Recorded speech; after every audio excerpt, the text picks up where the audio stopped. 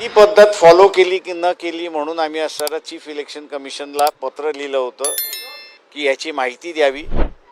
त्यांनी उत्तर जे दिलेलं आहे की ती माहिती आमच्याकडे उपलब्ध नाही. त्याच्यामुळे आता कोर्टाने त्यांच्याकडे ती माहिती उपलब्ध आहे का हे विचारायला सांगितलेलं आहे.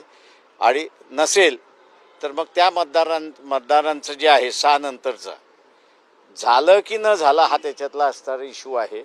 आम्ही कोर्टाला असं म्हणतोय की हे मतदान मग झालेलं नाही, त्यावरती कोर्टाने योग्य तो निर्णय घ्यावा.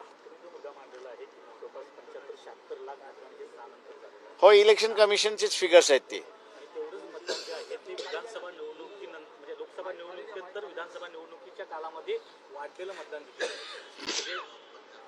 माझं एवढंच फक्त राहणार आहे की आम्ही असणारा बॉल रोल केलेला आहे.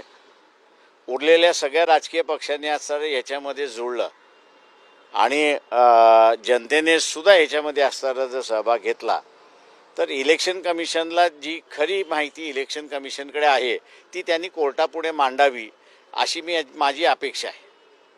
एकीकडे इलेक्शन कमिशन वारंवार दावा करत आहे की निवडणुका पारदर्शक पार पडल्या, कोणत्याही प्रकारची फेरफार करण्यात आली नाही. काय वाटतं की ते म्हणूनच आम्ही म्हणतोय की पारदर्शक निवडणुका पार पाडलेल्या आहेत असे इलेक्शन कमिशन दावा करतोय. तोच दावा त्यांनी असणारा कोर्टापुढे करावा आणि जी काही त्यांच्याकडे माहिती आहे किती स्लिप्स वाटल्या आणि किती स्लिप्स वाटल्या नाहीत त्याची माहिती त्यांनी कोर्टासमोर द्यावी. लोकसभा निवडणुकीनंतर जे 75-76 लाख मतदान वाढले ते 6 राज्यानंतरचं मतदान आलेलं आहे का? त्याच्याबद्दल मला माहिती नाही काहीच. हिंदी में बता दीजिए.